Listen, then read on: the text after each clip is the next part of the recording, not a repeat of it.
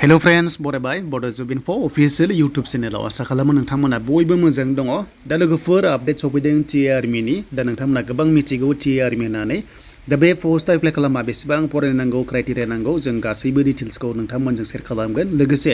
दायो मोनसे पोस्ट फैदों आरो बिनि लास्ट डेटआ 19 जुलाइ दा बेयाव सोर बायदिया एप्लाइ खालामनो हायो आरो TRMI आव एप्लाइ खालामबा बेसेबां क्राइटेरिया बैसो क्वालिफिकेसन नांगौ बेनि सायावबो नोंथांमोनाहाय डिटेल्सखौ लाखादो जाहाथे गोदान फैयोब्ला नोंथांमोना रिलिखौ होनो हानाय बायदि दा लोगोफोर गोबाव खालामा जाय नोंथांमोना बड' जब इनफो चेनेलाव गोदान स' नोंथांमोना साबस्क्राइब खालामना लानो हागोन बेफोरबायदि साख्रिनि आपडेट मोनबाय थानो दा जायखिजाया जों थांगोन अफिसियेल वेबसाइटआव बेनिफ्राय जोङो नटिसखौ नायगोन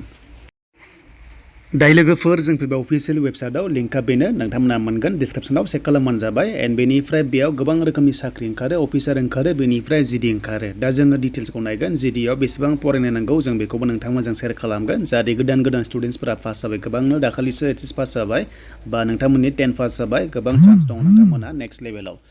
स' दायो TRMI आव मोननै रोखोमनि दङ सल्जार बेनिफ्राय अफिसार जोंनि बे सल्जार एन्ट्रियाव थुनाय लोगो लोगो जेब्ला जिडि फैयो अब्ला नोंथांमोना बेयाव मोनगोन अफिसियेल नटिफिकेसन नैबे जाबाय गासैबो सिगांनि अफिसियेल नटिफिकेसनमोन एन्ड बेनिफ्राय स' TRMI आव गोबां भेकेन्सि दङ आसाम स्टेटआव स' नोंथांमोननो जानो गोनां आपार आसाम साइडआव तेजपुर साइडआव जागोन आरो गोबां रोखोमनि बेटेलियन दङ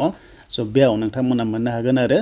दा जोंनि बे भेकेन्सिखौ नायग्रोनोसै बे मास सिस्टेमनि भेकेन्सि बेनो जाबाय एक्स आर्मिफ्रा जायनोखि नोंथांमोनाहाय रिटायारमेन्ट जाबाय अब्ला स' TRMI आव गोदान भेकेन्सि फैदों बेनो जाबाय 9 भेकेन्सि मेलाव एन्ड फिमेलाव सासे दङ बे जाबाय अफिसार लेभेलाव भेकेन्सिया फैग्रोबाय दा बेनो जाबाय बैसोआ 18 निफ्राय 42 इयार्ससिम बे पोस्टआव जायनोखि इन्डियान आर्मियाव साख्रि मावदोंमोन रिटायार जाबाय अब्ला बेयाव नोंथांमोना बाहागो लानो हागोन आरो बिनि फरायनाया डिग्री पास जानांगोन अके एन्ड जिडिआवबो बैसोआ 18 निफ्राय 42 इयार्ससिम हायो नोंथांमोना क्लियार जाबाय जे 18 इयार्स जानाय लोगो लोगो जिडि कनस्टेबलाव हागोन नोंथांमोना TRMI आ 42 इयार्ससिम इन्डियान आर्मि बायदि बेबो सेमानो बाट बैसोआ बेयाव गोबां दङ स' बे पोस्टआव नोंथांमोना अफिसार लाइनाव एप्लाइ खालामबा स' डिग्री पास खालामथारनांगोन अके डिग्री पास खालामनांगोन अब्लासो नोंथांमोना बे पोस्टआव हागोन दा जायखिजाया जिडि कनस्टेबल फैथारसिगोन थाबैनो पोस्टआ दंखायो नाथाय रिलिया दासिमबो कन्डाक्ट जायाखै 100नि बारा भेकेन्सि दङमोन स' नोंथांमोनाहाय बेटेलियन मोनगोन हिसाबै आसाम बेटेलियन हिसाबै मोनगोन नोंथांमोनाहाय TRMIनि आन्डाराव आरो बे तेजपुराव जानो गोनां आरो जेब्ला जागोन रिलि डेट फैगोन आं नोंथांमोननो शेयार खालामगोन नाथाय नैबेनि अफिसारनि लास्ट डेटआ 19 जुलाइ अके स' 19 जुलाइनि सिगां नोंथांमोना अनलाइन एप्लाइ खालामनांगौ दायो सोलिगासिनो दङ दा जायफ्रा एक्स आर्मि नोंथांमोनाहाय एप्लाइ खालामदो एबा खालामनो हागोन बेनो जाबाय नोंथांमोननि अफिसाराव आरो